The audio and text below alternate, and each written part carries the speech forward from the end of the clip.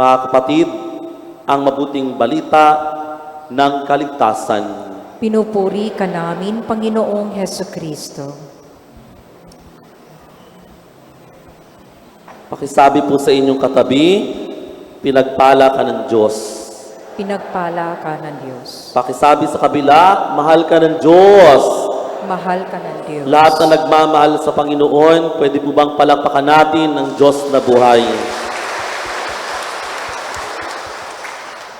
Yung ating gospel, kung uugatin po natin, ito po'y pang-apat na linggo na nating pinag-uusapan. At sa unang linggo na yon, dito in the book of John, chapter 6, ang pinag-uusapan ay yung tinapay, na 5 tinapay at 2 isda. Nagkaroon ng milagro. Napakain ang 5,000 katao. At pagkatapos noon, mga kapatid, hinabol siya ng mga tao. No? Sinundan siya ng mga tao sapagkat sila po ay nabusog. No? Hindi lang siguro nabusog, talagang lumakas sila nang naging masigla po sila dahil nakakain sila ng pagkain na iyon. Pero sa kabilang banda, gusto nilang masatisfy. Kaya nahabol nila ang ating Panginoong Jesucristo. Kaya nung mabalita nilang nandoon si Jesus sa lugar na iyon. Ngayon, nireveal naman ni Jesus na siya ang tinapay na bumaba mula sa langit. Kaya nung nakaraang linggo, narinig din natin na medyo nagkaroon na ng commotion din sila. No?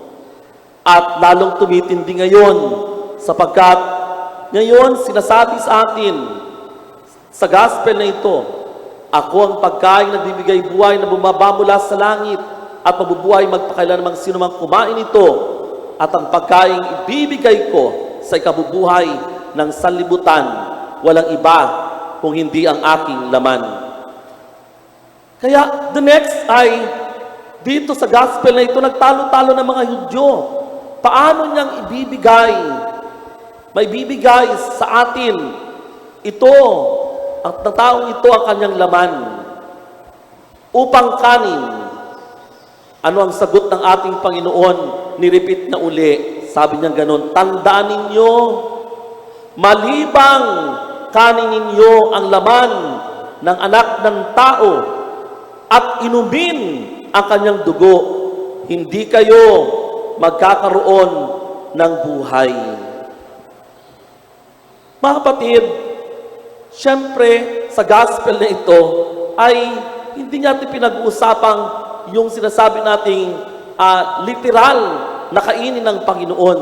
Baka iniisip ninyo na kumbaga inuudyukan tayo ni Jesus na maging kanibalismo. Alam niyo ba yung kanibalismo? Kumakain ng tao. Hindi po yun ang ibig sabihin niya. It's more on malalim na pagtingin sa isang espiritualidad and even our personal encounter with God.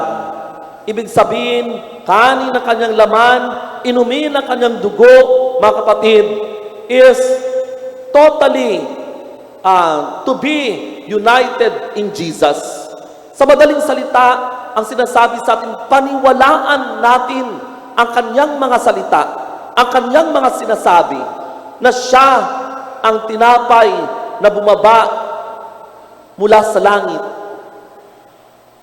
Kailangan nating paniwalaan ang sinasabi ng Panginoon, lalong-lalo na ang kanyang pagnanais na italaga ang paghahari ng Diyos sa daigdig.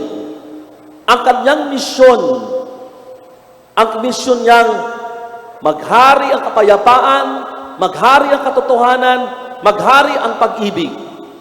Kung bubuksan lamang ng mga tao ang kanilang mga puso sa kanyang mga salita, then dito natin mapagtatanto ng Diyos ay nangungusap sa atin. Pero alam natin, it's a matter of decision. Kung tayo magsasabing yes, tanggapin natin ang sinasabi ni Jesus o hindi. Kaya sa banal na Eukaristiyang ito, mga kapatid, Kumbaga, ito yung reenactment ng pagmamahal ng Diyos sa atin. Kaya para sa atin, ito ay dakilang pag-ibig ng Diyos nang ibigay niya ang kanyang sarili at nakabayubay sa krus ng Kalbaryo, ipinakita ang dakilang pag-ibig niya. Kaya nga kung tinatanggap natin ang katawan at dugo ng ating Panginoon, tayo din na-identify natin ang ating mga sarili, lalong-lalo na sa kasakripisyo ng ating Panginoon sa krus ng Kalbaryo, sa kanyang paghihirap. And then, ang lahat ng ito ay nagpapakita sa atin, yes, mahal tayo ng Diyos. Amen? Nagpapakita ng commitment. Siyempre, yung paghihirap na nangyari sa krus ng Kalbaryo ay talagang merong consequences. At nakita natin yung commitment ng Diyos sa atin at dapat din tayo sa Kanya. Kaya sa gospel pong ito, inaanyayahan tayo at sinasabi sa atin, tayo din magbigay ng buhay, pagmamahal sa kapwa. Isang imbitasyon na dapat natin makita at ito ang umieko ngayon sa ating mga pagbasa. Sinasabi ng unang pagbasa, ini-introduce sa atin, walang iba kundi ang karunungan. At anong sinasabi ng karunungan sa atin? Sinasabi ng karunungan, gumawa ng tirahan. Ang karunungan, itinayo niya ng 7 bantayan. At pagkatapos inutusan niya ang katulong, sinugo sa gitna ng bayan. At pagkatapos pinaabot ang panawagan. Ano po ang panawagan? Ang kulang sa kaalaman, dito ay lumapit. At ang sabi niya, halik kayo, inyong kanin ng pagkain ko, tunggain ang inumin na inilaan ko sa inyo. Anong dapat gawin? Lisanin ang kamangmangan upang kayo'y mabuhay at ang landas ng unawa, ang tahakin, ang daan. Kaya para sa akin, relevant ito sa ating panahon. Amen? Amen. Sabihin niyo, bakit po, Father? Bakit? Maraming mangmang. Di ba? So, hindi nila alam. Even the Holy Eucharist, they don't know. Kahit nga mga nagsisimba, hindi pa rin nila nauunawaan ang lalim ng pag-ibig ng Diyos.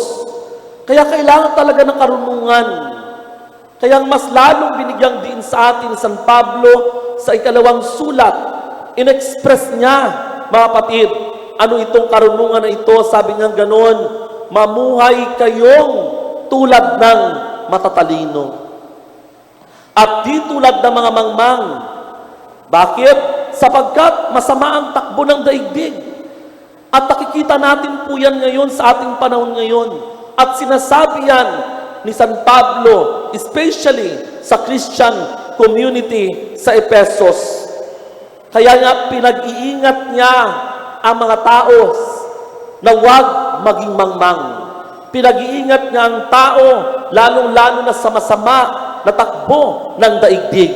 Kaya sabi ni San Pablo, maliwanag, samantalahin ninyo ang bawat pagkakataon na kayo ay makagawa ng mabuti. Amen? Amen. Ang taong marunong, alam niya kung ano ang tama at mali. At kung yung pagkakataon na makagawa ng mabuti, gagawin mo. Amen? Amen. At ito yung ini-stress sa atin ngayon sa kalawang pagbasa na dapat natin na i-correct sa ating buhay. Lalong-lalo na yung mga taong alam nating taliwas sa kalooban ng Panginoon. Kaya it's a challenge to us.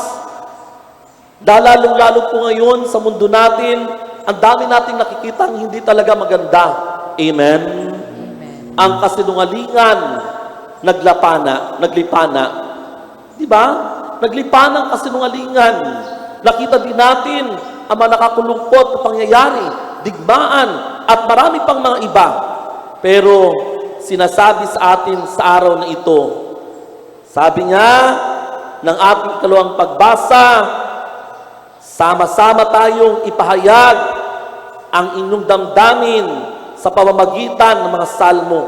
Ibig sabihin nito, mga kapatid, we must be filled with the Spirit of God.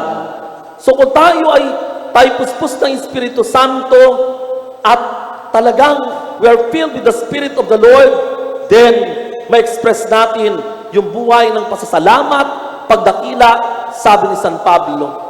Kaya nga, my brothers and sisters, sigurado tayo, kung ito ang ipamumuhay natin sa buhay natin ito, na maging marunong tayo sa araw-araw ng ating buhay, alam ninyo, talagang masasabi natin, we are God's children. Kaya sabihin mo sa katabi mo, anak ka ng Diyos. Anak ka ng Diyos. Amen? Amen. Parang naduda kayo dun, no? Anak tayo ng Diyos. Kung ipamumuhay natin na talaga tayo ay marunong, pamuhay natin ang kalooban ng Diyos, then we can say, we are God's children. Ngayon sa ating pakikibahagi sa banal na Eucharistia, pagtanggap sa katawan at dugo ng ating Panginoon. Ngayon, ina-affirm natin sa ating mga sarili na tayo po ay kabahagi ng katawan ng ating Panginoon. So lahat tayo, tinatawag tayo ngayon na tayo'y maging source ng kagalingan, ng pagbabago ng mundong alam natin taliwas sa kalooban ng Diyos. Ngayon, it's about time na patuloy tayo, na patuloy nating ialay ang ating sarili sa Panginoon. Buksan ang ating puso upang tayo'y maging malaya, maging masaya, at maibahagi ang pagmamahal, kalayaan sa kapwa, kalayaan at higit sa lahat, mga kapatid. Walang ibang maibahagi natin ay ang buhay ng Diyos. At ang buhay ng Diyos na ating kinain, na ating ininom, na ngayon na tayo may buhay na walang hanggan, may saya at ligaya. Amen? Amen. Kaya itong banal na Eucharistiyang ito, nagpatatag ng ating pananampalataya, ay dapat mong ipagpatuloy. Dahil ang mundo, nakikita natin, nagugutom ang mundo, pero hindi sila sawang-sawa.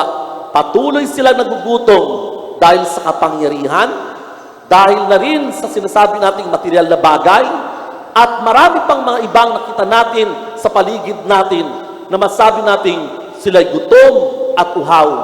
Pero yung mga taong tumatanggap, kumain at uminom, ay patuloy na nabibigyan ng buhay, lakas at katatagan. At ang tanging nagbibigay lamang ng satisfaction sa atin, walang iba kundi si Jesus, ang kanyang salita at ang Eucharistiyang ngayon ating pinagdiriwang. Palapakan natin si Jesus.